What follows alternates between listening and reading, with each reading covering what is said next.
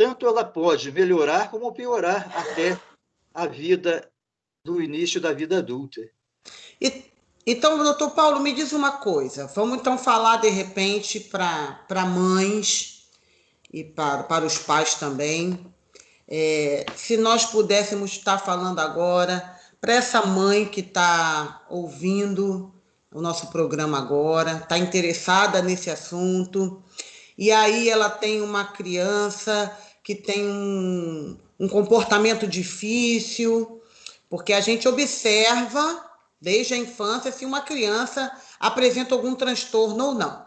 Então, a criança tem um transtorno, graças a Deus, hoje em dia, não se olha mais para aquela criança como, é o levadinho, é o danadinho, é o espoleta.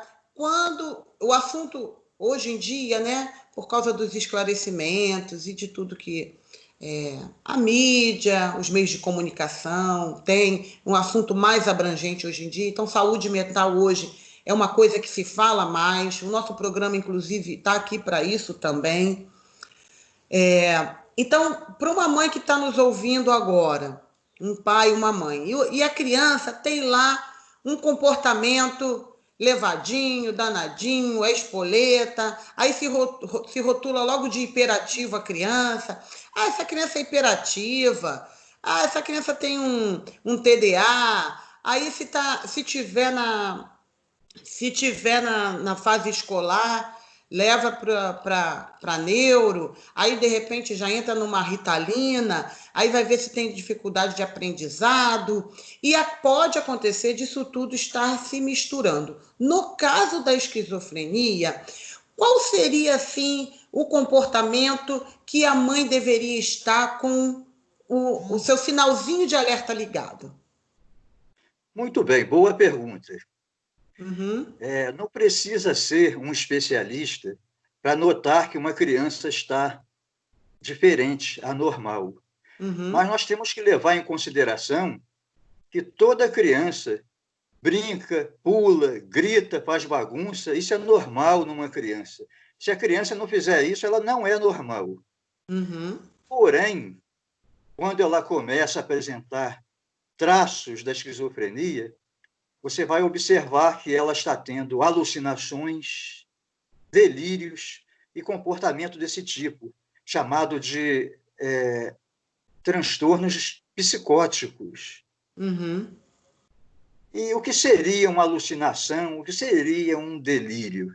Será que é a mesma coisa? Não é, não. Tem diferença. Uhum. No quadro alucinatório, o indivíduo ele vê com seus próprios olhos Uhum. objetos que não existem. Uhum. Você pode estar dentro do lugar, a pessoa entrar e está vendo a sala cheia de ratos, quando, na verdade, isso está na mente dele, você não está vendo os ratos. Então, Uhum. na alucinação, não existe o objeto visualizado.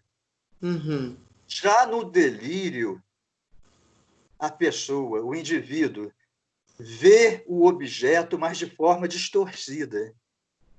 Entendi. Então, por exemplo, se uma criança tem um amiguinho imaginário, ou ele diz que está vendo coisas, ou ele viu um vulto, ou ele viu uma pessoa no quintal, isso então é indício que pode chamar a atenção da mãe, deve ter uma visão de uma pessoa, ou ter a sensação de que tem um bicho-papão embaixo da cama, e ela bater firme que tem. Como é que a mãe, nesse caso, porque a criança pode inventar, a criança tem muita imaginação.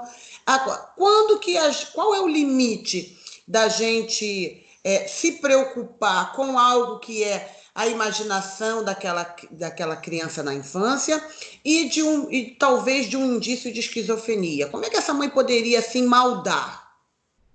Mais uma vez, eu volto na alucinação. Tá? O que você citou aí de ver coisas que não Uhum. existem Doutor é. Paulo, nós vamos para o break rapidinho. Segura a resposta aí, nós vamos para o break aí Tá bom. rapidinho, Ok. tá? E Tudo nós bem. vamos voltar. E você, mamãe que está aí ouvindo, está muito interessada, vai ficar curiosa só um pouquinho. Vamos para o nosso break, a gente já volta.